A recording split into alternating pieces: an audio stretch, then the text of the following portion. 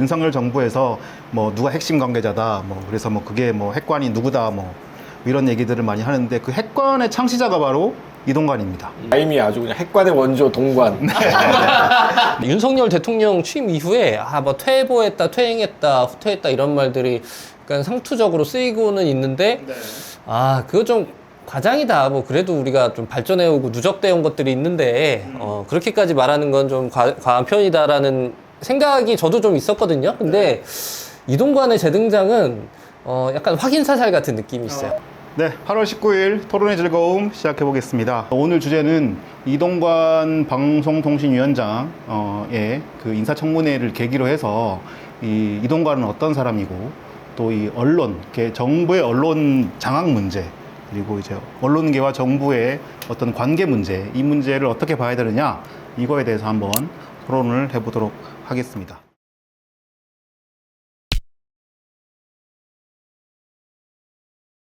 먼저 이 방송통신위원회라고 하는 단체가 아무래도 좀 다른 부처보다는 좀 잘 모르시는 분들이 많을 것 같아요. 아무래도 시사나 언론에 관심이 좀 있는 분들은 방송통신위원회라는 이 위원회 이름을 들어보셨을 텐데 기본적으로 이제 여기 방송통신위원장도 장관급의 어떤 지위를 가지고 있는 사람입니다. 그래서 방송과 통신 분야 정책과 규제를 관할하는 그런 이 정부 기관이고요. 그리고 이제 결정적으로 공영방송 중에서 KBS와 EBS 그리고 EBS의 이사 그리고 MBC의 대주주인 그 방송문화진흥회라고 하는 사실상 재단 같은 게 있는데 여기에도 이사 선임 권한이 있어가지고 그러니까 사실상 방송통신위원장이 이 공영방송의 경영진에 직접적으로 영향을 행사할 수 있는 그런 지위에 있는 사람입니다. 그리고 또 하나는 이 이동관이라고 하는 사람이 제 언론계에서 핵심 역할을 할 때 생긴 게 종편이잖아요. 근데 이 종편이 통상 3년이나 5년 주기로 이 재승인이나 제허가 이런 걸 받아야 되는데 이것도 관할을 방통위에서 합니다. 그래서 이제 문재인 정부 시절에 방통위원장이었던 한상혁 전 방통위원장이 지금 이 TV조선 재승인 관련해서 뭔가를 잘못했다면서 이 검찰 쪽에서 기소를 하고 그래서 지금 재판을 받고 있는 그런 상황도 이어지고 있는데요. 그래서 이 매 정부 때마다 이 방송통신위원장이 누가 되느냐 이런 것들이 대단히 큰 이슈이고 그러면서 이제 이 대통령의 정치적 오른팔들이 주로 이 방송통신위원장을 맡으면서 언론 장악이나 혹은 언론계 간섭 이런 역할들을 하게 만드는 그런 일들이 이어져 왔습니다.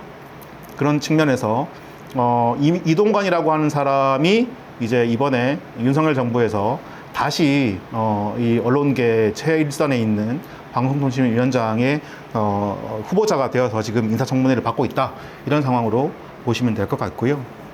그래서 오늘 토론에서는 저희가 이동관이라는 사람이 누구고 그리고 이동관과 관련돼서 제기되는 의혹들은 어떤 것들이 있으며 그리고 이 방송통신위원장이나 이런 그 정부와 언론 단계에서 우리가 어떤 것들을 좀 생각해 봐야 될지 이런 이야기들을 좀 해보도록 하겠습니다. 일단 청문회를 좀 혹시 좀 관련된 뉴스를 좀 보셨나요? 어떻게 좀 들어보셨나요? 안 볼 수가 없어서. 어떠셨어요? 네, 보기는 봤는데 28일 날 지명이 됐잖아요. 네. 지명을 하기까지도 사실 장미란 차관 지명할 때 같이 할 거라는 이슈들이 있었는데 약간 구설수에 좀 덜 오르는 타이밍을 다시 봐서 지명을 하는 게 지난 7월 28일이고 그 이후에 워낙 이 이동관이라고 하는 사람이 이명박 정부 때 그 청와대 대변인 사실 캠프 때부터 같이 맞아요. 했었죠. 네. 캠프에서 공보했었고 그래서 대변인 되고 그 다음에 홍보수석으로 일하는 동안에 워낙 왕수석으로서 이제 언론을 장악하는데 엄청난 역할들을 했기 때문에 그 화려한 언론 장악의 히스토리들이 언론에서 되게 많이 나와서 안 보기가 좀 어려운 부분이었고 네. 근데 중요한 건 이 청문회를 통해서 이제 그 결격 사유들을 국민적인 눈높이에서 다시 한번 조망을 하면서 도저히 국민이 보기에 이 사람은 지명하면 안 된다라고 하는 여론을 만들어낼 수 있는지가 되게 중요했었는데 왜냐하면 강행을 인사를 할 수가 있으니까 근데 결국에는 이제 이번 청문회에서는 그런 공기를 만들어내는 데는 좀 실패하지 않았나라는 생각을 했죠. 지금 상황이면은 그냥 윤석열 대통령이 아마 지금 미국 가 있거든요. 이제 캠프 데이비드 가서 한미일 정상회담을 하고 올 텐데 오면 바로 그냥 바로 임명을 하지 않을까 이런 상황으로 가는데요. 여하튼 짧게 말씀해 주셨지만 이제 이동관이라고 하는 사람이 이제 잘 모르는 분들도 많이 계실 테니까 세대에 따라 되게 다를 것 같아요. 맞아요. 그러니까 지금 뭐 20대 분들이나 30대 초반 이런 분들은 이동관의 활약상을 이제 벌써 그게 10년, 15년 전이니까 잘 모르실 너무 어려서 모르겠네요. 네, 네, 그때는 너무 옛날이어서. 각자 기억하시는 이동관이 어떤 사람인데요? 저희는 지금 다 나이가 아, 저는 몰라요. 내가 기억하는 이동관은 이제 뭐 MB 시절에 저는 사실은 기자 시절에 잘 몰랐던 사람이고 뭐 선배 세대기도 하고. 예, 동아일보 정치부장 예, 동아일보 정치부장이라고 하는데 뭐 내가 동아일보를 읽거나 그러지도 않았기 때문에 뭐 이 사람이 무슨 기사를 썼는지 뭐 어떤 뭐 스타 기자들은 뭐 대충 알고 있는데 이분이 그런 스타 기자 출신은 아니었어요, 내가 알기로는. 근데 그 이름을 처음 들은 게 이제 이명박 정부였고, 이명박 정부 시절에 워낙 이제 언론계 장악을 위해서 빌런 역할을 그야말로 정말 총대를 메고 하는 것을 보면서 와, 이런 인간이 있었구나.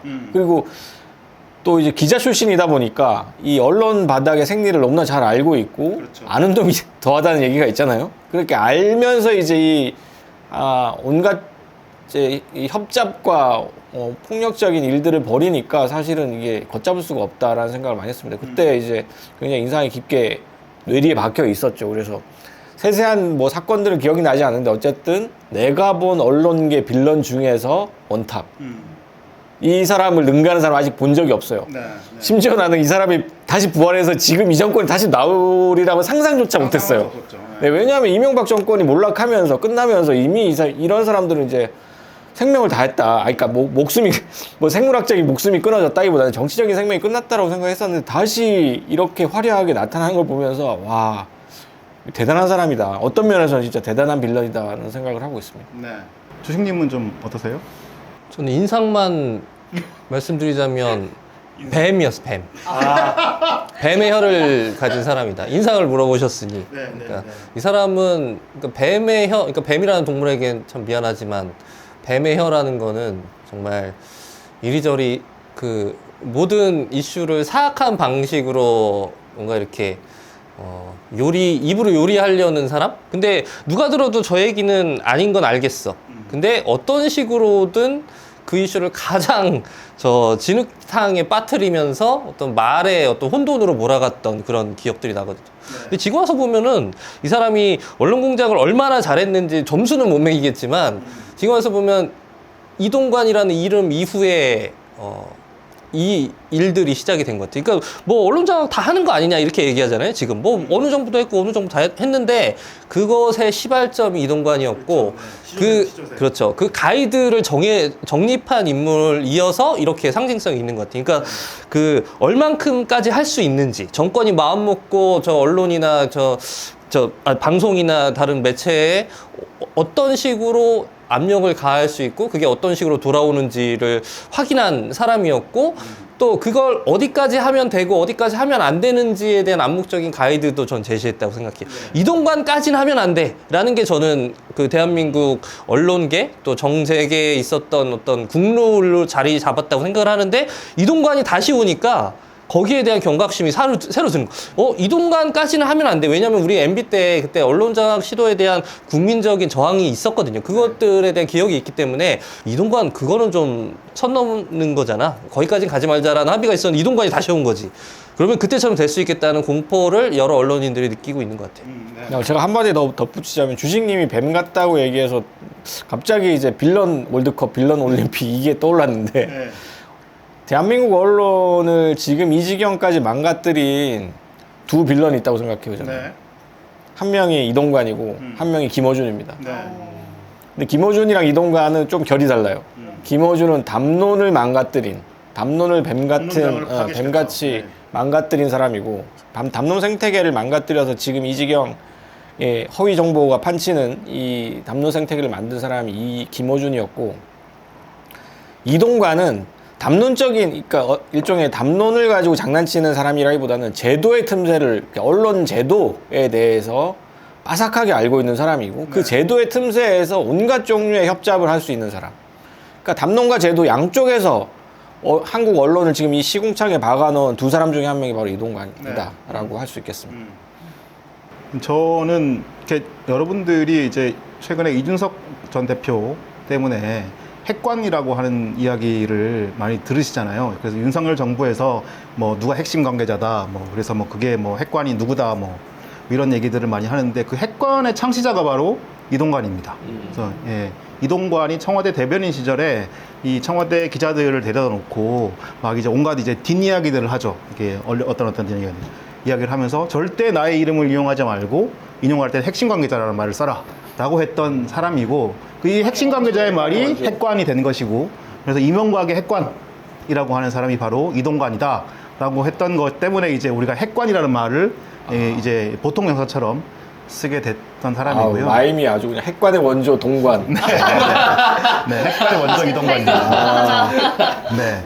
그리고 이제 약간 한 짓은 다르지만 사실상 그 이명박의 괴벨스 역할을 한 그런 사람이다라고 볼 수 있을 것 같고요. 아까 이제 권을님 말씀하신 대로 언론계를 장악해서 뭐 괴벨스는 어쨌든 약간 이제 뭐 언론을 조작하고 뭐 그래서 사람들의 이제 심리를 왜곡시키고 이런 방향으로 이제 선동을 했다면 이동관은 언론 자체를 사실상 파괴시키고 언론의 어떤 생태계 자체를 대단히 왜곡시키게 만드는 그런데 결정적인 역할을 했던 사람이어서 저희 입장에서는 정말 이 언론계, 그러니까 우리가 생각했던 기존에 구축되어 왔던 이제 이 레거시 언론들이 특히나 방송을 중심으로 한 언론들이 어떻게 파괴되고 무너지고 거기에 동료 기자들이 어떻게 거기에 대해 절망감을 느끼는지를 생생하게 지켜봤던 그런 상황에서의 최악의 빌런이었다라고 보면 될 것 제가 같습니다. 괴벨스에 관심이 많아가지고 어렸을 때 좀 책을 많이 읽었었는데 괴벨스를 반으로 쪼개면 김어준과 이동관으로 나뉩니다. 네, 맞습니다. 예, 예. 괴벨스는 이게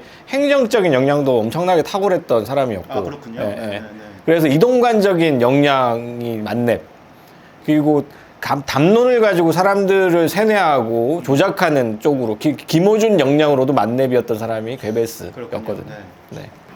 괴벨스를 따라갈 수 없군요. 네, 괴벨스는 따라갈 수 없습니다. 괴벨스. 오리지널은 네, 따라갈 인류 수가 원탑. 없다. 그만큼 이제 괴벨스에 비유될 수 있는 한국의 어떤 정치인이나 혹은 뭐 언론계 인사가 누가 있을까 생각을 해보면 이제 뭐 물론 김어준도 있을 수 있겠지만 정말 이동관이 이 제도권 안에 있는 그 언론계 인사 중에서는 압도적이지 않나라는 생각이 들고요. 그래서 그런 생각들을 해보면 이제 이 사람이 이명박 정부의 몰락과 함께 사실상 우리 눈앞에 사라졌었거든 거의 10년 동안. 그런데 윤석열 정부에서 오롯이 다시 부활을 시켜서 지금 다시 이 사람이 장관급의 어떤 권력을 가지고 방송 장악을 하게 될 수 있는 그런 시기가 이제 임박해 있는 그런 상황입니다. 네. 이동관이 또 다른 시점이 됐던 게 이동관 이후부터 대통령의 입이 사라졌던 것 같아요. 네. 그러니까 우리가 뭐 대통령들이 불통을 한다, 소통을 안 하고 국민 앞에서 직접 자기 입장을 밝히지 않는다라는 비판이 본격적으로 시작된 게 MB 때부터였거든요. 네. 근데 그 시점부터 MB의 입, 그러니까 MB의 말이 직접 국민한테 전달이 되지 않고 이동관의 입을 통해서 전달이 되기 시작한 거예요. 그것도 이제 이동관의 입이 아니라 이제 핵심 관계자라고 하는 네. 그렇죠. 알고 그러니까 공식적인 말은 그 이동관이 앞에서 했던 것 같아요. 공식적인 말은 하고 뒤에서 말을 할 때 항상 VIP를 빙자해서 핵심 관계자의 전원을 전하는 방식으로 뭔가 그 대통령의 의중을 우리가 직접 알 수 없게 된 상황이 이동관부터 시작이 된 것 같아요. 그러니까 그것도 국민적인 불행이죠. 그러니까 계속해서 지금 윤석열 대통령이 이 사람을 임명한 시점을 보자면 윤석열 임기 내에서 윤석열이 전임자를 계속해서 부정하면서 본인의 장점으로 내세우고 어필했던 게 나는 직접 소통하겠다. 그래서 뭐 브리핑도 출퇴근하면서 뭐 기자들 만나고 나는 모든 사안에 대해서 직접 이야기하겠다라는 기조를 지금까지 갖고 오다가 후반기 들어서면서 이게 스텝이 꼬여서 어느 순간 숨어버렸잖아요. 그러는 순간에 이동관이 임명이 됐다는 것도 약간 상징적인 의미가 있는 것 같아요. 대통령의 입보다 이제는 그런 전문가, 본인의 말을 빌리자면 스핀 닥터라고 하죠. 그 스핀 닥터가 지금 필요해진 시점에 일종의 구원투수로 윤석열을 막기 위해서 이렇게 올라선 측면이 좀 있는 것 같다. 그러니까 이 사람이 그러니까 경력상 화려하잖아요. 이동관이라고 하는 사람이 일단 뭐 정치부장 출신이고 청와대 출입기자를 했고 그리고 이제 청와대 대변인을 했고 또 홍보수석을 했고 또 언론 특보도 하고 이 언론과 관련돼 있는 어쨌든 그 상위 권력들은 다 경험을 해본 사람이고 이제 방송통신위원장이 되려고 하는 건데 벌써부터 이제 최근에 뭐 기자들 앞에서 뭐 공산 전체주의 발언도 하고 그 발언들이 그대로 이제 이 윤석열 대통령의 이 인식하고 일맥상통하는 방식으로 나오고 그 주식님 말씀하신 대로 원래 윤석열 대통령은 도어 스태핑 이런 것들을 하면서 언론과 직접적으로 소통을 하고 그래서 이제 청와대를 용산 쪽으로 옮긴 것도 그걸 하기 위해서 옮긴 것도 하나가 있는데 이제는 도어 스태핑이 사라지고 그리고 이제 용산에 있는 기자실과 대통령이 출근하는 길은 벽이 쌓여져 있습니다. 벽이 쌓이게 됐고 그리고 이제 그 이후에 이 이동관이라고 하는 과거의 인물이 다시 등장해서 이제 윤석열 정부의 대언론 어떤 행위들도 이명박 정부가 했던 것과 비슷해지지 않을까라고 하는 우려들이 지금 나오고 있는 상황입니다. 저는 사실 직접적으로 이동관 재직 시기에 대한 기억은 별로 없는데 네. 그 이제 문재인 정부에서 적폐청산 수사 쭉 하면서 네네네. 그 윤석열 서울지검장 시절에 했었던 이제 국정원 민간인 사찰 조사 그 수사를 했었을 때 일부로 나왔었던 게 이 국정원을 이용해서 그쵸? 홍보수석실에서 사이버 여론전을 했죠. 네, 맞아요. 사이버 여론전하고 댓글 조작하면서 나왔었던 게 이제 MBC를 대상으로 어떻게 그 경영진들이나 이런 부분들에 있어서 좌편향되어 있는 인사가 누군지 그리고 그 사람들을 어떻게 축출해야 되는지 이제 이런 것들을 되게 상세하게 보고받았었던 정황이 맞습니다. 밝혀지면서 이제 검찰의 결론이 홍보수석실 중심으로 방송을 장악하고자 하는 계획이 있었던 걸로 보인다라고 하는 게 터졌던 게 기억이 나요. 맞습니다. 네네. 그리고 이제 거기에 더해서, 그러니까 이 이동관이라는 사람이 홍보 수석을 할 때, 이제 국정원을 동원해서 이제 사이버 여론전을 이제 하기도 했는데, 그게 이제 2010년쯤이었고, 그러니까 이제 국정원이 청와대 홍보수석실의 협조 요청을 받아가지고, 그 당시에 이제 약간, 그 진보적 성향이라고 꼽혔던 봉은사 주지 명진 스님이라고 하는 분이 계십니다. 근데 이 사람이 가지고 있는 뭐 비비 의혹이나 이런 나쁜 풍문 이런 것들을 이제 국정원 사이버 요원들이 앉아가지고 댓글로 이렇게 막 이제 쓰는 거죠. 그래서 이제 그런 그때 그래서 이제 이제 청와대 협조 요청 이후에 사흘 뒤에 국정원이 그 청와대에다가 우리가 이런 짓을 했다라고 해서 하는 보고를 하는데, 거기에 보고에 이제 명진 스님을 비판하고 뭐랄까요, 좀 명진 스님을 좀 왜곡하게 만드는 그런 글들을 2,700여 건을 써서 올렸다, 이렇게 이제 올린 보고서가 이제 공개가 되면서 이런 일들을 이동관이 주도했다라는 이야기들이 나왔던 거고요. 또 하나 더는 최근에 또 알려진 것 중에서는 이 조갑제닷컴이라고 하는 약간 극우 성향의 매체가 있는데, 여기에 이제 기자 김성욱이라고 하는 사람이 있습니다.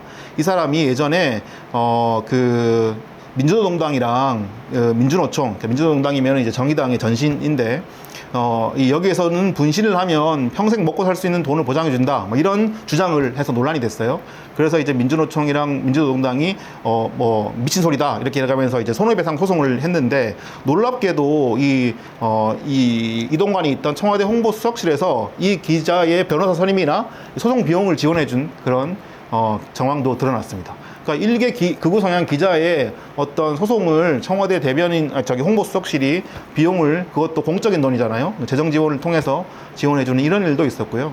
뭐 이런 일들이 한두 가지가 아니에요. 지금 여기 이 자리에서 그 링크로 네. 저희가 그분의 악행에 대해서 잘 정리된 여기 토론에서 이렇게 다 거론하는 거는 좀 촬영하겠습니다. 약간 부질없을 정도로 너무나 많은 일들을 벌인 사람들이어서 그걸 다 일일이 다 말씀드리는 거는 좀 이렇게 소모적일 것 같고요. 여하튼 그런 문제적인 인물이 방송통신위원장이 되려고 하는 그런 상황에 있습니다.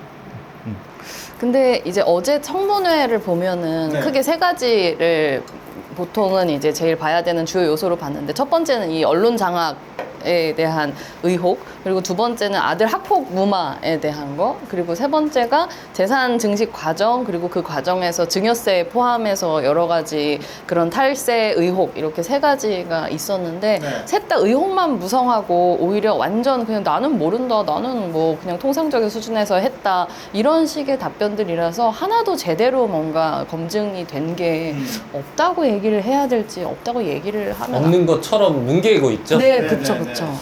세 가지 다 뭐 어떻게 보면은 의혹 수준이 아니라 거의 명확하다고, 명백한 문제인데, 다만 뭐랄까요, 지금 이제 저는 이런 생각이 좀 들었어요. 이번 이동관과 그 이 방송통신위원장에 대한 이슈들이 과거처럼 그렇게 시민사회나 시민들의 관심을 받지 못하고 있지 않나? 그러니까 이게 이동관이 방송통신위원회를 통해서 언론 장악을 한다는 것 자체에 대해서 시민들이 그래서 뭐 어쩔 건데라고 하는 인식들이 더 강하지 않나? 이런 생각들이 좀 들어요. 오히려 이제 뭐 진보 언론이나 아니면 이제 MBC나 KBS 등 기자들이나 이런 쪽에서는 엄청나게 지금 이제 민감하게 받아들이고 반발을 하고 그러고 있는데 뭐 페이스북이나 뭐 아니면 트위터나 아니면 게시판이나 이런 데서 이동관에 대해서 관심 있는 글들이 많이 올라오던가요? 저는 별로 못 봤거든요.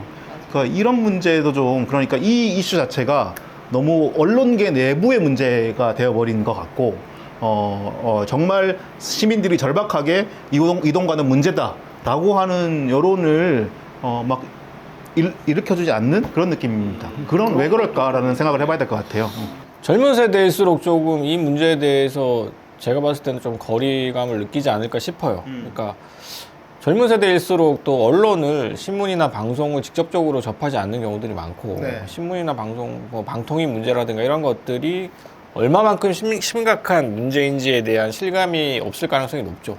뉴스를 접하는 경로 자체도 기성세대랑 많이 다를 수 있고 네. 그런 부분들에 대해서 이동관이라는 사람이 또 어떤 짓을 했는지 과거의 경험이 없을 수도 있고 그래서 지금 이 이동관이라는 사람이 등장한 것이 어떤 의미인지 자체에 대한 감각이 없는 거죠. 그래서 그런 부분들이 조금 작용을 하지 않나 싶기도 하고요. 한 네. 가지가 그런 부분도 있고 또 한 가지는 우리가 좀 굉장히 깨끗한 사람이 몸에 똥이 하나 묻으면 티가 나잖아요. 네. 근데 똥밭에 구르다가 온 사람이 똥이 묻으면 그건 티도 안 나잖아요. 이동관이 그거를 잘 알죠. 자기는 똥밭에서 뒹굴다 왔다라는 걸. 그리고 그걸 너무 잘 알기 때문에 지금 이런 논란에 대해서 하나하나 그냥 웃으면서 뭉개고 있는 거죠. 네, 네, 청문회 자리에서 실실 웃으면서 우리 흔한 말로 쪼갠다고 하죠. 맞아요. 쪼개면서 답변을 하더라고요. 네, 네, 네. 화면을 보는데 네. 알고 있는 거예요. 맞아요. 이게 한두 개가 아니니까 사실은 사람들이 쳐도 타격감이 전혀 안 느껴져요. 예. 하나고구 학부구역 같은 경우도 맞습니다. 되게 심각한 문제예요. 그러니까 이동관 네. 후보자의 아들이 이 피해 학생들의 머리를 거의 뭐 이 책상에 한 300번 부딪히게 하고 굉장히 악질적인 폭행을 예, 서로 막 저질렀거든요. 복싱시키게 하고 만들고 막 이런 걸 저질렀는데 어제 청문회에서 제일 핵심적인 장면이 뭐였냐면 그 학폭 저질렀다는 걸 인정하시죠라고 했는데 일부 있었겠죠 뭐 이렇게 얘기를 했어요 이동관이. 저는 그게 되게 상징적인 장면이라고 생각하는데 방금 권일님 말씀하신 것처럼 뭐 있어서 너네가 어떨 건데 이런 느낌이었어요. 네가 뭘 할 수 있는데 너네들이 뭐 있으면 어쩔 건데 라는 식의 태도 이런 태도가 나오는 것이 결국은 본인이 이 상황을 굉장히 잘 알고 있다 지금 알면서 대응을 하고 있다라는 걸 보여주는 상징적인 장면이라고 생각을 합니다.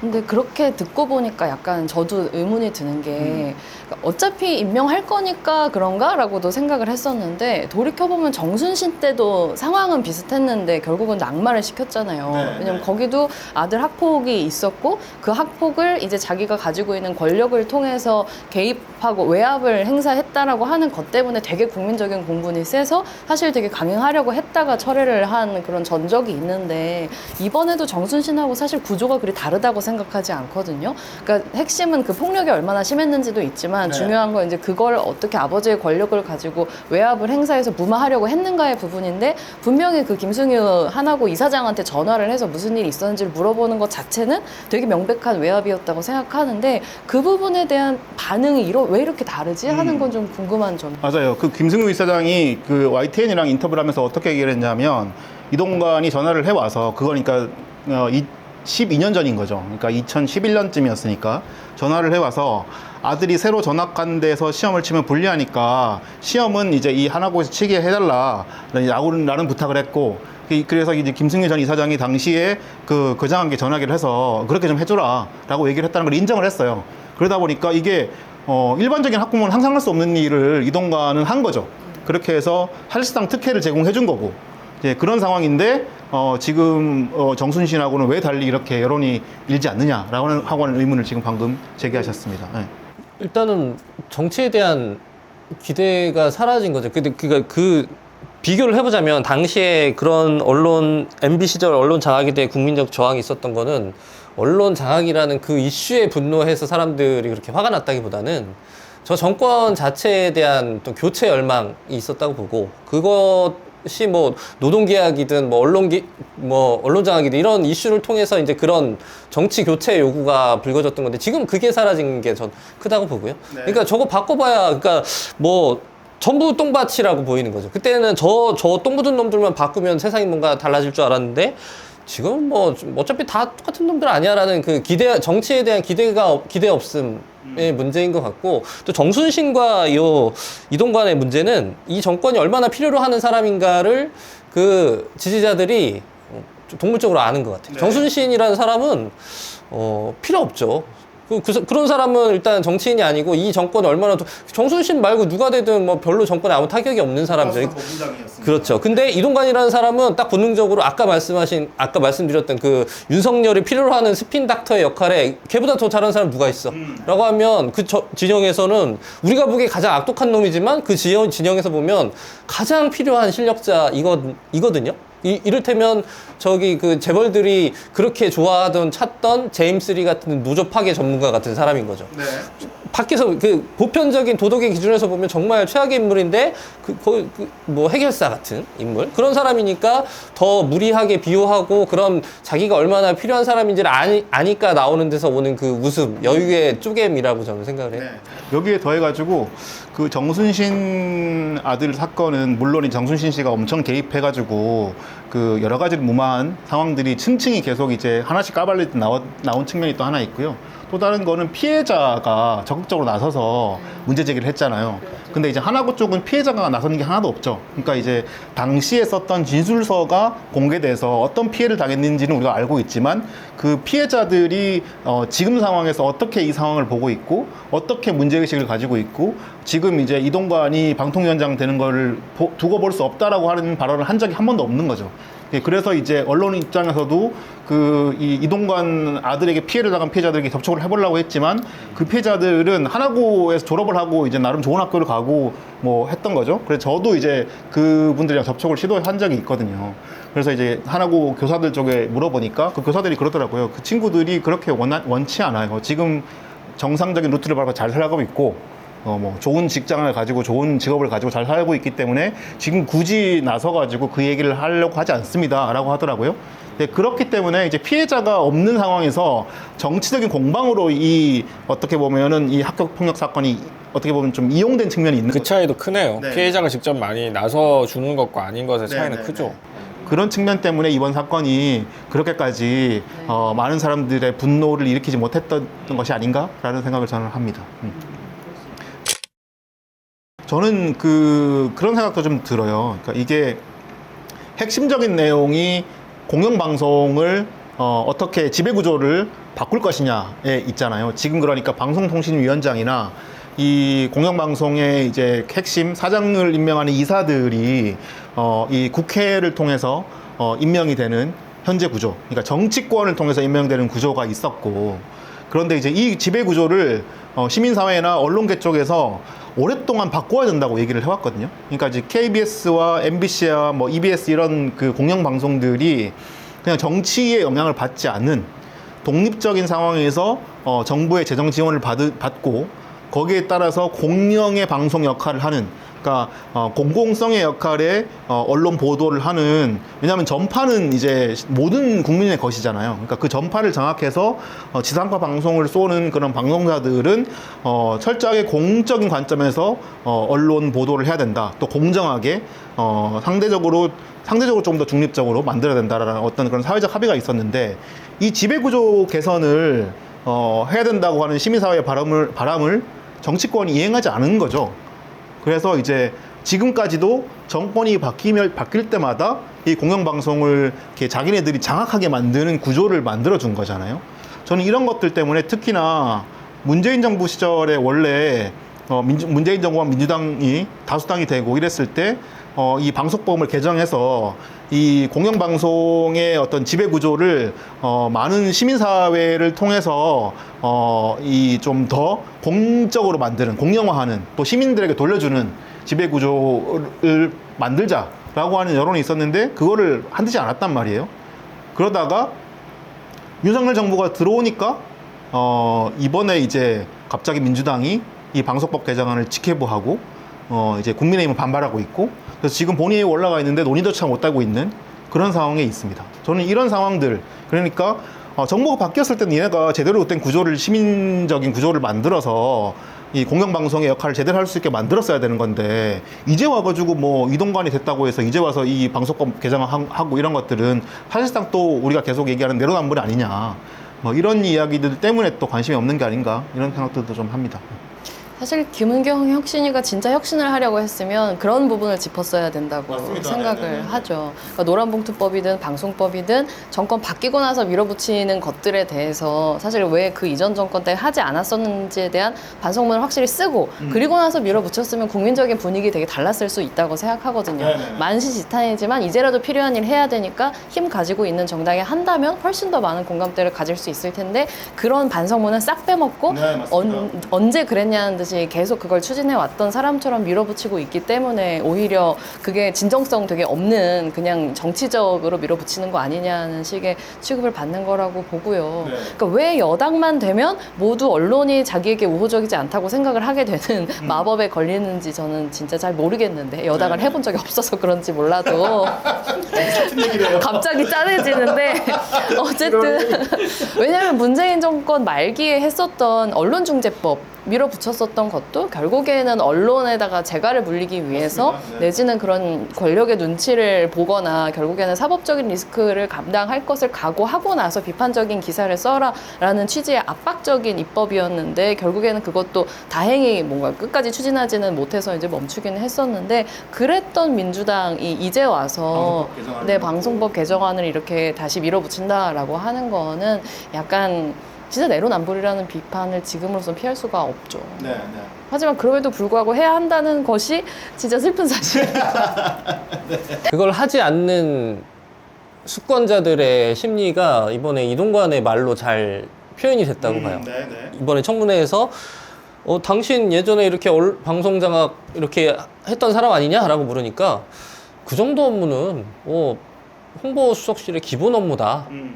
정권 그 정도 그 분의 말을 빌리자면 그 정도 협조 요청은 할 수 있는 거 아니냐, 이러면서 아주 여유 있게 이야기를 했어요. 네. 그러면서 그거는 막 자기는 스핀 닥터여서 내가 그걸 했다, 뭐 이렇게 이야기를 했는데, 그러니까 그렇게 할 수 있는데 굳이 왜 바꿔? 라는 거죠. 그러니까 이 방송과 언론에 대한 영향력 자체가 이긴 자의 전리품이라는 인식을 갖고 있으니, 네. 이걸 내가 이겼는데 뭐하러 바꿔? 라는 인식이 어디서 나오는지를 잘 보여주는 것 같고요. 이 민주당의 언론에 대한 피해의식하고 국민의힘이 언론을 다루는 방식에는 비슷한 것 같으면서도 좀 차이가 있는 것 같은데, 민주당은 일단 전쟁을 벌이죠. 전쟁을 벌이죠. 일단 전혀 이들을 뭔가 자기의 힘으로 눌려서 뭔가 길들이려고 하기보다는, 애초에 이 언론이라는 집단은 우리 정권의, 민주당 정부의 절대 우호적이지 않은 적대 세력으로 간주하고, 노무현 정부, 문재인 정부 마찬가지로 다 전쟁을 선포하고 적극적으로 억울함을 막 호소하죠. 기울어진 운동장론을 제기하면서. 근데 저 국민의힘 정부는 그거보다 여유가 있죠. 이렇게 당근과 채찍을 이용해서 좀 더 구체적으로 덜 거친 방식으로 이들을 다루고자 하는 여러 가지 기술적인 방식의 접근이 있는데, 거기서 이제 그 기술적인 접근 방식의 최고 전문가라는 게 이제 이동관이라는 사람인 것 같고요. 네. 이동관의 말은 어떻게 보면 너무 경악스럽기도 하지만, 그러니까 그 언론을 대하는 그들 정권의 속성을 가장 좀 그거 없이, 가장 거침없이 그냥 투명하게 보여준 발언이었다고 생각해요. 그 정도 우리가 이겼으니까 할 수 있는 거 아니야? 라는 말이죠. 네, 그러니까 민주당이 보는 언론은 그냥 적폐인 거고, 국민의힘이 보는 언론은 우리의 홍보 도구이다, 라고 보면 될 것 같습니다. 이동관 씨가 그렇게 당당하게 이야기했던 본인의 기본 업무들이 있잖아요. 네. 그러니까 언론에 협조 요청을 했다, 이렇게 이야기를 했는데, 물론 이동관의 행동은 그걸 뭐 협조라는 말로 표현할 수 있는 종류의 업무들은 아니었죠. 뭐 직접 뭐 방송국에 전화를 해서 아침 방송 진행자를 바꾸라 하든지, 아니면 대통령의 격려가 필요한 VIP의 격려가 필요한 언론인들 뭐 화이트리스트 같은 걸 작성을 해서 그 보고를 중에 한 하기도 사람이 했고. 지금 문체부 장관을 하고 있는 박보균 아, 그런가요? 전 중앙일보 편집인입니다. 그게 다 쓸모가 있었네 결국에. 네네. 좀 굉장히 구체적으로 어떤 식으로 본인 그 정권의 힘을 이용해서 언론을 그 자기 편으로 끌어들일 수 있는, 자기 편이 돼서 움직이게 만들 수 있을지를 보여준 사람인데, 근데 그러면 만약 이동관은 다 잘못했다고 치면 네. 이동관이 말한 그 정부의 대홍보 뭐 전략이라고 할지, 뭐 대홍보 뭐 범위라고 할지, 이런 것들은 어느 정도가 적정한 것일까에 대한 궁금증이 좀 들긴 했어요. 네. 홍보수석실 당연히 필요하고, 그리고 대변인실 필요하죠. 모든 기관에는 대변인실이 있어야 됩니다. 왜냐하면 그 대변인실이 언론 보도에 대한 공적인 역할을 하는 창구거든요. 근데 만약에 그 대변인실에서 봤을 때, 그 기관의 입장에서 봤을 때 그 언론 보도가 부적절하다거나 부당하다거나 왜곡된 보도가 있다라고 한다면, 이동관은 이거를 바로 이제 그 언론사 사장에게 전화를 해가지고 이 보도를 바꾸라거나 내리라거나 그 해당 기자를 뭐 어떻게 하라거나 이런 방식으로 문제 처리를 한 거잖아요. 저는 이거는 매우 부적절한 방식이라고 생각하고, 만약에 보도에 문제가 있으면 언론중재위원회에 제소를 하면 됩니다. 예, 제소를 해서 그 공적인 과정을 통해서 서로 맞붙어가지고 언론중재위원회에서 이 보도는 좀 우리가 보기에는 무리했으니 반론 보도를 하거나 정정 보도를 하시라라거나 이런 방식으로 공적인 체제가 다 갖춰져 있어요. 네, 그런 체제를 그대로 이제 제도적인 어떤 방식으로 문제를 해결할 수 있는 방법이 있거든요. 그리고 만약에 언론중재위에서 이루어진 여러 과정들이 전체 마음에 안 든다 라고 한다면은 그 다음 과정에서는 이제 뭐 법적인 고소 과정이 있을 수 있겠죠. 명예훼손 고소나 이런 것들. 그런 생각도 드네요. 이런 문제에 익숙하지 않은 시민들은 여론에 개입하는 행위 자체가 문제가 있는 것인지, 정부가, 권력이, 아니면 그 개입하는 방식이 문제가 있는 것인지가 헷갈릴 수도 있다라는 생각도 이동관이 드네요. 그걸 파고드는 네, 말을 한 거죠. 그리고 이 부분을 좀 명확하게 정리를 하자면, 정권이나 대통령이나 뭐 정부에서 여론에 얼마든지 저는 개입할 수 있다고 생각을 합니다. 정치 행위라는 건 기본적으로 여론에 개입하는 행위죠. 그것이 정치 행위의 사실상 전부라고도 할 수 있습니다. 네. 좀 과장해서 얘기를 하자면. 근데 문제는 그 개입하는 방식이 투명하고 이를테면 드러난 방식이냐, 공식화된 방식이냐, 아니면 그것이 비공식적이고 이를테면 불법적인 혹은 탈법적인 행위냐라는 차이가 있는 것 같아요. 근데 네. 문제는 이동관이 지금까지 했던 수많은 이제 잘못된 일들 중에 상당수가, 예컨대 국정원의 여론 개입이라든가 이런 방식으로 잘못된 형태, 탈법적이고 불법적인 형태였기 때문에 그런 것들이 사실상 시민들의 기본권과 언론 자유를 해치는 것이거든요. 네. 그거는 사실은 헌정을 위반하는 중대 위헌 행위이기 때문에 문제인 것이고, 네, 사실은 저는 공정하고 떳떳한 방식으로 여론에 개입하고 여론이 잘못된 부분들이 있으면 거기에 대해 잘못됐다고 논쟁하고 하는 것에 대해서 저는 얼마든지 그건 용인되어야 되는 부분이고 허용되어야 되는 부분이라고 생각을 합니다. 네. 근데 그렇게 하지 않고 사실은 이를테면 뒤에서 음습한 방식으로 자꾸만 여론을 바꾸려고 하고 왜곡하고 조작을 하려고 했기 때문에 사실 이동관이라는 사람이 스핀닥터라고 이제 욕을 먹고 있는 것이고, 네. 이 부분에 대해서 좀 명확하게 구별할 필요는 있을 것 같습니다. 네. 개념상. 이렇게 음지에서 개입하려는 시도들이 있을 때마다 등장하는 그 사람들이 사용하는 은어 중에 하나가 이제 VIP라는 단어거든요. 네. 저는 이 단어를 거의 이동관 시대 때 알게 됐던 것 같아요. VIP라는 단어를 저 사람들은 대통령을 그런 식으로 쓰나 보다.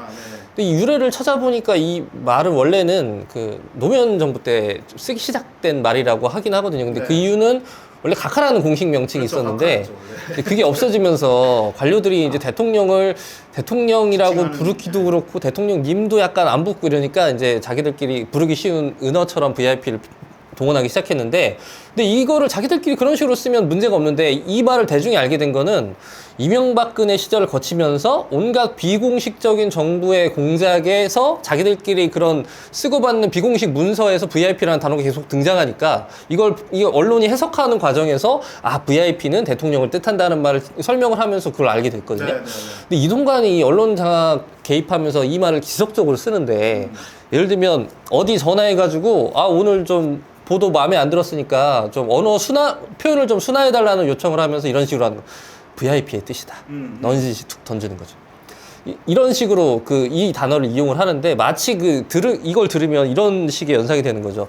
대통령의 지시다라는 말을 들으면, 대통령이라는 말은 몸통이 있고 실제가 있고 물리적으로 존재하는 사람 같이 느껴진단 말이죠. 네. 근데 이 VIP라는 말을 이렇게 쓰면 어떤 느낌이냐면, 실제가 있는 사람이라기보다는 마치 어떤 전능한 권력 뒤에 있는 다스베이더 같은 느낌인 거죠. 이 가면 그래서 약간 비공식적인 권력을 동원하는 과정에서 쓰는 그런 일종의 은어이고 언어 규칙이라고 생각하는데, 즉 유대인 학살했던 나치들이 그런 식의 언어 규칙을 만들어서 썼다 그래요. 예를 들면 절대로 나치의 공식 문서에서는 학살이라든지 이런 가스로 어떻게 죽인다 이런 표현들이 없어요. 뭐라고 하냐면 최종 해결책이다, 아니면 가스로 사람을 죽이는 거를 의학적 해법이다, 이런 식으로 자기들끼리 관료들끼리 그런 식으로 쓴다 그랬는데, 한나 아렌트가 지적하기를 그런 식의 나치 언어 규칙이 어떤 효과를 발휘했냐면, 그 지시를 따르고 수행해야 하는 관료들이 이 지시가 얼마나 비현실적인 일인지에 대해서 현실 감각을 마비시켰다는 거예요. 그래서 이 사람들이 그런 말도 안 되는 일을 저지르면서도 질서 있게 할 수 있는 힘이 됐다는 거예요. 저는 약간 VIP라는 말이 약간 이런 국정농단의 중심에 있는 관료들이 자기들이 무슨 짓을 하는지 망각하게 하는, 혹은 더 그런 일들을 더 질서 있게 할 수 있는 어떤, 그렇죠, 그런 요인이 되는 것 같아요. 예를 들면은 이 사람이 홍보수석실에서 어디 방송실에 전화해요. 거기 아침 방송 진행자가 좀 마음에 안 드는데 바꿔줬으면 좋겠어. 대통령 지시야! 라고 말을 해야 된다고 쳐봐요. 그러면 말을 하면서도 근데 대통령이 이런 것까지 지시해야 되나? 라는 생각이 들어요. 왜냐면 이게 되게 현실감 있는 표현이기 때문에. 근데 이렇게 이야기를 한다는 거죠. 아침 방송 진행자 바꾸세요. VIP의 뜻이야. 라고 하면 끝이에요. 실제로 예를 들면 세월호 때 청와대 관계자가 해경한테 최초 통화를 하면서 이렇게 얘기를 했대요. VIP 지시사항이 아니라 그냥 적어라고 이게 일방적으로 전달을 해서, 이 사람이 거기다 대고 원래 정상적인 관료 보고 체계라면, 근데 여기 상황이 이렇고 지금 이러한 게 필요합니다라는 역으로 지원 요청 같은 게 있어야 되는데, 그런 걸 찾아냈다는 거. VIP 지시사항 그냥 받아 적어. 끝났다는 거예요. 그렇군요. 그래서 그런 어떻게 보면 VIP의 용어 플러스해서 핵관이라고 하는 용어도 그런 용어로 쓰이는 거겠죠. 이제 어떤 대변인이나 아니면 홍보수석이라고 하는 공식 명칭을 통해서 언론이 등장하는 게 아니라, 이 핵관이라고 하는 핵심 관계자라고 하는 멘트를 통해서 등장하는 어떤 이 권력자의 모습, 그것도 역시 어떻게 보면은 본인이 하고 있는 모든 행위들을 비공식화해서 가리게 만들고, 공적인 책임 자체를 없애는 방식으로 발언의 어떤 권력을 쥐어주는 그런 역할들을 한 거고, 그걸 시작한 사람이 또 이동관이니까 이런 부분에 대한 주식님의 문제의식이 그렇게 또 연결이 또 되는 것 같습니다. 자, 그래서 이제 이게 이동관이라고 하는 사람을 단순히 그냥 어떻게 어떻게 임명하고 마느냐 이런 문제라기보다는, 앞으로 그러면 이제 KBS랑 MBC가 이동관이라고 하는 방송통신위원장을 통해서 뭔가 또 이런 여러 가지 압박을 받고 하면서 또 이제 바뀔 거잖아요. 조금 더 어떻게 보면은 윤석열 정부에 친화적으로 바뀔 수도 있을 거고, 앞으로 또 공영방송의 사장이 바뀔 수도 있고, 또 이런 상황으로 또 이명박 정부 때의 어떤 그런 김재철 사장이나 이런 또 KBS 다른 사장들처럼 또 간부들을 다 바꾸고, 또 이제 특정한 핵심에 있는 기자들을 한직에다가 보내고, 이런 일들이 발생할 수 있을 텐데, 이런 것도 지금 과거보다 그렇게까지 시민들이 심각한 문제가 맞나? 이런 생각들을 잘 하지 않고 있잖아요. 그런 부분은 왜 발생한다고 생각하세요? 한 측면은 냉소죠, 냉소. 그러니까 결국 아까 이제 우리가 민주당의 문제 개혁을 해야 될 시점에 자신들이 개혁을 하지 않고 오히려 그것을 이용해서 자신들의 권력을 공고화하는데 활용한 것에 대한 냉소가 하나 분명히 있는 것 같고요. 네. 근데 그 냉소라는 것은 이제 소위 말하는 정치 고관여층이겠죠. 정치에 대해서 어느 정도 알고 있고 지식도 있고 인식도 있는 관심도 있는 분들은 냉소하죠. 민주당이 결국은 내로남불 형태로 그렇게 해서 결국 이 사달이 난 게 아니냐라는 식의 냉소를 갖고 있고 저도 이제 그쪽에 가깝습니다만은 감정적으로는 또 한 가지는 좀 무감각에 가까운 것도 있어요. 그러니까 그 냉소하는 사람들과 별개로 사실은 이런 문제에 대해서 평소에 그렇게 관심이 많지 않은 시민들 중에서는 방송이라는 것이 그렇게 내 삶에 중요한 것인가라는 실감. 네. 그러니까 더 이상 이제 우리의 매체 환경 속에서 유튜브보다도 중요하지 않은 게 돼버렸어요. 공영방송이라는 게. 공영방송 안 보는 사람들 많을걸요? 네. 저도 안 보거든요. 어느 순간 저는 MBC에서 하는 뉴스를 보지 않은 지가 벌써 몇 년이 지났어요. 네. 문재인 정권 시절부터 저는 MBC 뉴스 안 봤습니다. 꼴보기 싫어가지고. 정권의 나팔수를 하는 그런 뉴스를 나는 볼 이유가 없었어요. 네. 박성재 사장이 부임하고 나서부터는 그냥 문재인 정권의 국정보처럼 마찬가지였어요, MBC는. 최근에 광준만 교수가 MBC의 흑역사라는 책도 썼습니다만 저는 뭐 그 책에 동의하는 부분도 있고 동의하지 않는 부분도 있지만 네. 동의하는 부분은 그거예요. MBC라는 매체가 결국은 정권의 일개 홍보 수단으로 전락해 가는 과정이 있었다. 박성재 사장 이후에. 거기에 대해서 지금 MBC 구성원들이 언론 탄압을 얘기하면서 떳떳하게 얘기할 수 있는 저는 떳떳하지 않다라고 생각합니다. 네. 개인적으로는 반성해야 된다고 생각하고요. 물론 그렇다고 해서 지금 이 정권이 MBC에 대해서 하는 짓들이 정당화되는 건 아닙니다만은. 네. 그러니까 그런 냉소와 별개로 사실은 이 방송이라는 것이 점점 영향력이 축소되고 있는 과정, 그리고 시민들이 그 공영방송의 중요성에 대해서도 점점 과거에 비해서는 덜 느끼게 되는 상황들, 네. 이런 것들도 지금 이동관 문제에 대해서 시민들이 느끼는 체감이 좀 줄어들게 되는 매체 환경적인 변화도 있는 것 같아요. 그래서 저는 그럼에도 불구하고 이 문제가 중요하다고 생각하는 것은 여전히 방송이 이 시민들의 의식에 끼치는 영향은 여전히 굉장히 크다라고 생각을 하거든요. 네. 그러니까 방송이 영어로 하면 브로드캐스팅이잖아요. 브로드캐스팅이라는 게 뭐냐면 글자 그대로 넓게 퍼뜨리는 거거든요.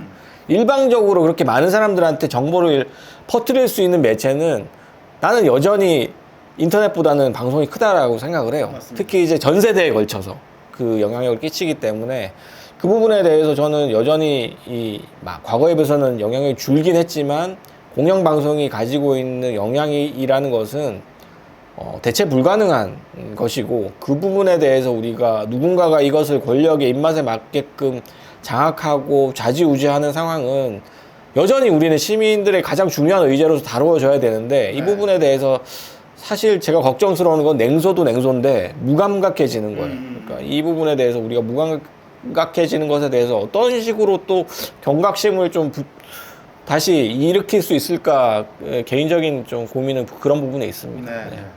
피님은 좀 어떻게 보시나요? 뭐 그런 면에서는 시민들이 다시 한번 이동관의 맛을 본다면 이게 바로 빌런의 그렇죠. 이게 바로 방송 장악의 맛이구나라는 거를 뭐 다시 한번 느낀다면 경각심을 얻을 수 있지 않을까. 갑자기 이동관 민주주의 요정설이. 그렇죠. 누구야 윤석열 대통령 취임 이후에 뭐 퇴보했다, 퇴행했다, 후퇴했다 이런 말들이 약간 상투적으로 쓰이고는 있는데 그거 좀 과장이다. 뭐 그래도 우리가 좀 발전해오고 누적돼온 것들이 있는데 그렇게까지 말하는 건 좀 과한 편이다라는 생각이 저도 좀 있었거든요. 근데 이동관의 재등장은 약간 확인사살 같은 느낌이 있어요. 야, 이건 찐이다. 이렇게 이동관이 단순히 이동관을 지명했다는 것의 문제를 넘어서 이동관이 청문회에 나와서 본인의 과거 행각들을 그렇게 당당하게 이야기하고 사람들이 거기에 대해서 별로 그렇게 크게 분노하지 않는 모습이 참 지금의 시대를 잘 보여주고 있는 것 같아요. 이거는 정말 그 어떤 윤석열 정부의 등장뿐만 아니라 그걸 용인한 어떤 뭐 전체 한국 사회의 어떤 분위기를 잘 보여주고 있는 것 같아서 저는 가장 좋은 처방은 바른 진단이라고 생각. 병식을 아는 것. 그러니까 우리가 갖고 있는 우리가 무엇이 왜 아픈지를 정확히 인식하는 것이 뭐 가장 좋은 뭐 처방이라고 생각해서요. 뭐 일단 뭐 그러면 어떻게 할 것이냐? 사실 그 답은 뭐 공영방송 지배구조를 어떻게 개선할 것이며 뭐 그 정부와 언론 관계는 어떠해야 한 것이며 이런 것들은 사실 뭐 저는 뭐 나름의 정립된 정답들은 있다고 생각하거든요. 네네. 그거에 대한 이제 설득의 문제인 건데, 그래서 지금 우리가 어떤 그 위기에 처해 있는지 정확히 인식하는 계기로 삼았으면 좋겠다라는 생각이 듭니다. 네.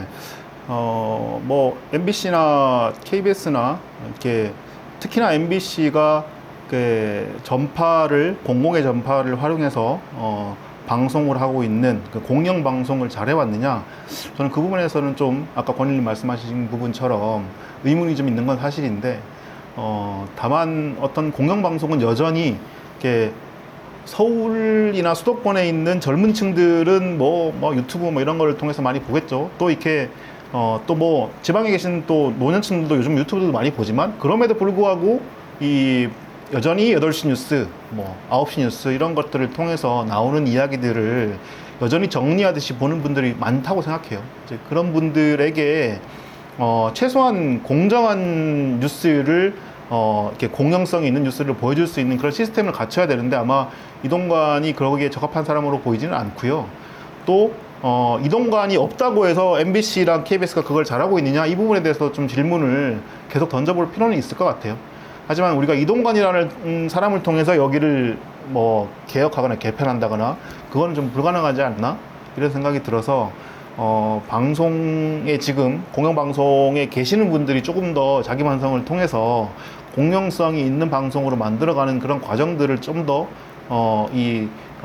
반성 성찰을 통한 그런 자기 개혁을 해줘야 될 것 같고, 거기에 또 시민사회들이 또 결합해서 지배구조 개선 방안이나 이런 얘기들을 계속해서 나아갈 수밖에 없지 않을까라고 하는 원론적인 말씀밖에 못 드릴 것 같아요. 대안을 내놔야 된다는 강박에서는 좀 벗어날 필요가 있지 않을까. 예, 그냥 저는 토론을 위한 토론이라도 충분히 의미가 있다고 생각하고요. 그러니까 토론을 통해서 문제를 정확히 얻어가는 것, 알게 되는 것, 병식을 얻어가는 것이 오히려 더 중요할 수 있다고 생각했어요. 그러니까 이동관의 등장으로 인해서 그러니까 이동관이 전에 무슨 짓을 했는지 그런 행적에 대해서 뭐 지식을 갖는 것도 중요하겠지만, 이게 이동관의 등장이라는 상징을 통해서 우리가 지금 발견해야 할 문제가 무엇인지, 지금의 문제를 아는 것이 더 중요할 수 있다고 생각이 드네요. 네. 저도 비슷한 얘기인데, 뭐 정리 차원에서 말씀을 드리자면, 이동관이 두 번째로 등장하게 된 것은 예전에 이제 마르크스가 그런 얘기를 했었죠. 브리메르 18일이라는 걸출한 글에서 역사는 두 번 반복된다고. 한 번은 비극으로, 한 번은 소극으로. 네. 그것처럼 이동관이 두 번째 등장한 것은 또 다른 의미가 있다고 생각을 해요. 네. 이번에 이동관의 등장은 사실은 아까 주식님 말씀하신 것처럼 이동관의 자신감이기도 하고 우파의 자신감이기도 하죠. 너네들이 어쩔 건데, 니네들이 지금까지 저지른 게 있잖아. 민주당을 향해서 하는 얘기죠. 민주당 너네들이 정권 잡았을 때 했던 일들이 있잖아. 그거 지적하면 사람들이 우리한테 뭐라고 못할 거야 라는 것을 알고 있는 겁니다. 네네. 이동관이 지금 뻗대고 있는 것들도 그걸 너무 잘 알죠. 공영방송을 자기 편 사람들 다 앉혀놓고 결국은 정파적으로 활용을 했잖아요, 민주당도. 네. 그랬으니까 너네가 우리한테 뭐라고 할 수 없다라고 하는 피장파장의 논리를 할 수 있다는 걸 보여준 것이고, 더 중요한 거는 이동관이 이렇게 두 번째로 등장을 했어도 시민사회가 거기에 대해서 강력하게 개입하거나 반대할 수 없다는 걸 알고 있는 거죠. 네. 만약에 시민사회가 강하게 저항하고 반대할 거를 알았다면 이동관이 이렇게 쉽게 복귀했을 거라고 저는 생각하지 않아요. 네. 내부에서 당연히 그쪽에서도 이동관을 다시 들여오는 것에 대해서 많은 고민을 했을 것이고, 시민사회가 정말 크게 저항을 할 것이다, 정권이 위험할 수도 있다라는 얘기가 나왔으면 이동관을 이런 방식으로 데리고 오지 않았겠죠. 그런데 이 데리고 와도 된다라는 판단이 있었을 것이고, 그랬으니까 이렇게 왔다는 것은 결국은 시민사회가 더 이상 이 문제에 개입하지 못할 것이다. 개입을 하더라도 강하게 저항하지 못할 거다라는 것을 다 계산이 끝났다라는 것을 보여준 것이기 때문에 저는 이동관의 두 번째 등장은 사실은 시민사회가 이미 끝장이 났다라는 것들을 보여준 어떻게 가슴 아픈 일이지만 자인을 해야 된다라고 생각을 합니다. 이제 우리는 낡은 것들이 다 무너졌고 하지만 새로운 것이 아직 등장하지 않았다라는 것들을 뼈아프게 인정을 해야지 사실은 새로운 세대와 함께 뭔가 새로운 운동을 만들어낼 수 있을 거라고 생각을 하고 저는 이번에 이동관의 등장이 그런 낡은 것들 그러니까 시민사회라고 우리가 불렀던 것들이 결국은 시민사회 우리가 이상적으로 생각했던 시민사회가 아니었고 결국은 민주당 정권을 그냥 이중대처럼 보조했던 사람들은 아니었을까? 그리고 이 민주당이 무너지고 속절없이 무너지고 정당성 잃어버리고 나자 시민사회 역시도 같이 정당성 잃어버린 것이 아닌가? 이런 부분들을 정말로 뼈아프게 성찰해야 될 시점이 아닌가 싶어요. 네, 네. 맞습니다. 예, 뭐 이동관의 얘기를 통해서 결국은 좀 더 긴 이야기들을 했는데요. 주식님 말씀하신 것처럼 대안이 중요한 게 아니고 문제를 제대로 인식하는 게 중요하다. 그러니까 늘 뭐 솔루션보다 중요한 거는 지금의 상황을 제대로 인식하는 것이라고 생각을 합니다. 저희 토론은 그런 것들을 위한 토론이었던 것 같고요. 그래서 이 토론을 보시고 한번 지금 상황에서의 어떤 그런 이 모든 역사적 상황들과 이 과정이 오게 된 이 이전의 과정들을 한번 톱어보는 그런 계기가 되셨으면 좋겠습니다. 네, 저희 토론 뭐 오늘 여기까지 하면 될 것 같습니다. 네, 모두 고생 많으셨습니다. 감사합니다. 고생하셨습니다.